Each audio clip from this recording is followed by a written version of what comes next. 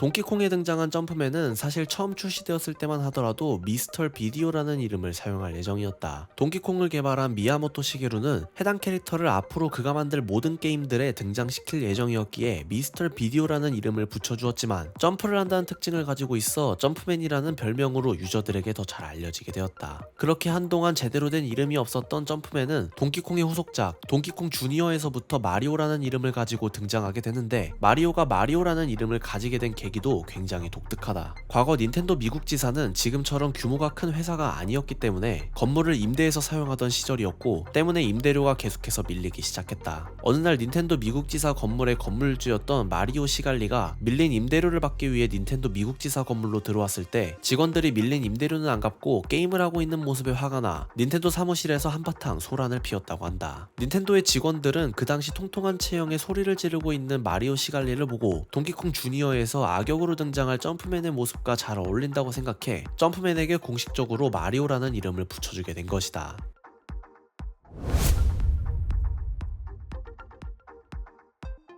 1991년부터 2016년까지 닌텐도는 시애틀 메리너스라는 MLB 구단의 구단주였다. 닌텐도가 구단주였던 야구팀답게 팀의 홈구장이었던 세이포크 필드에서는 음식을 시킬 때 닌텐도 DS를 이용해 주문할 수 있었는데, 당시 닌텐도 팬 네트워크 시스템을 이용해 음식과 마실 것을 구장에서 직접 주문하고 자리로 배달받을 수 있었다고 한다.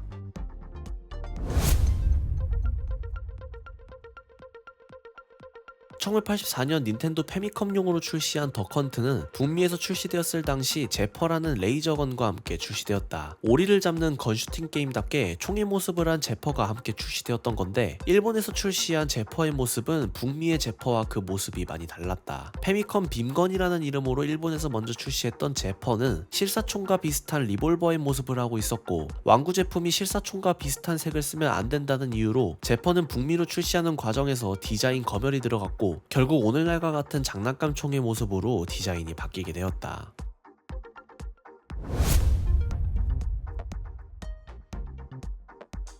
2008년 랜던이라는 이름을 가진 한 유저가 자신의 블로그에 과거 자신이 아타리판 동키콩을 개발했었다는 글을 올리게 된다. 그리고 그는 놀라운 사실을 하나 언급하는데, 자신이 아타리판 동키콩을 코딩했을 당시 게임 속에 이스터에그 하나를 숨겨놓았다는 사실을 밝히게 된다. 그가 적은 본문에는 동키콩에 이스터에그가 하나 있긴 한데 그렇게 가치 있는 것은 아니다. 근데 그 이스터에그가 어떻게 발동되는지 기억이 나지는 않는다 라는 글이 적혀 있었고, 해당 블로그를 보게 된 해외 웹진 디지털 프레스에선 마침 이스터에그 를 발견하면 상금을 주는 이벤트를 진행하고 있었고, 여기에 아타리판 동키콩도 포함시키면서 숨겨진 동키콩 이스터에그 찾기가 시작된다. 아타리판 동키콩에 숨겨진 이스터에그는 결국 다음 해인 2009년 7월에 가서야 발견되게 되고, 게임이 출시된 지 26년이 지나서야 그 정체가 세상에 공개되게 된다. 이스터에그가 발동되는 조건은 먼저 아무 난이도에서 하이스코어로 33,000점, 37,000점, 77,000점 중 하나의 점수를 도달한 상태에서 반드시 남은 목숨을 추락사로 죽은 뒤 게임 메인 화면에서 게임의 난이도를 4단계로 맞춰놓고 화면을 기다리면 드디어 26년간 묵혀놓은 동키콩의 이스터에그가 발동된다. 이스터에그는 정말 개발자의 말 그대로 별거 없이 그저 LMD라는 이니셜이 화면 밑에 표시되게 되는데, 여기서 이 LMD라는 문구는 자신이 동키콩의 이스터에그를 숨겨놓았다고 말한 유저의 플레임을 짧게 줄인 이니셜이다.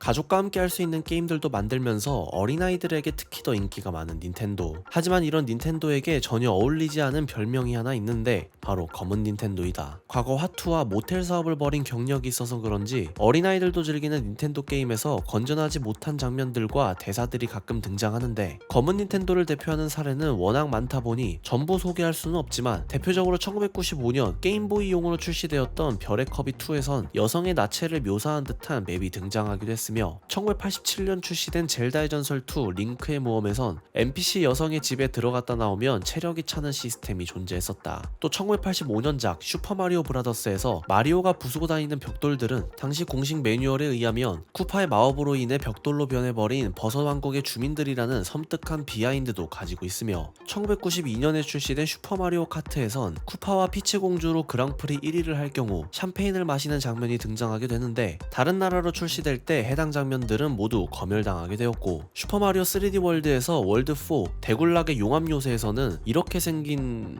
맵 디자인이 등장한다. 포켓몬 1세대부터 오늘날까지 꾸준히 게임 속에서 등장하고 있는 이 금구슬이라는 아이템은 일본어로 킨노타마인데, 여기서 노자만 빼게 되면 일본어로 고안을 의미하는 한자가 된다.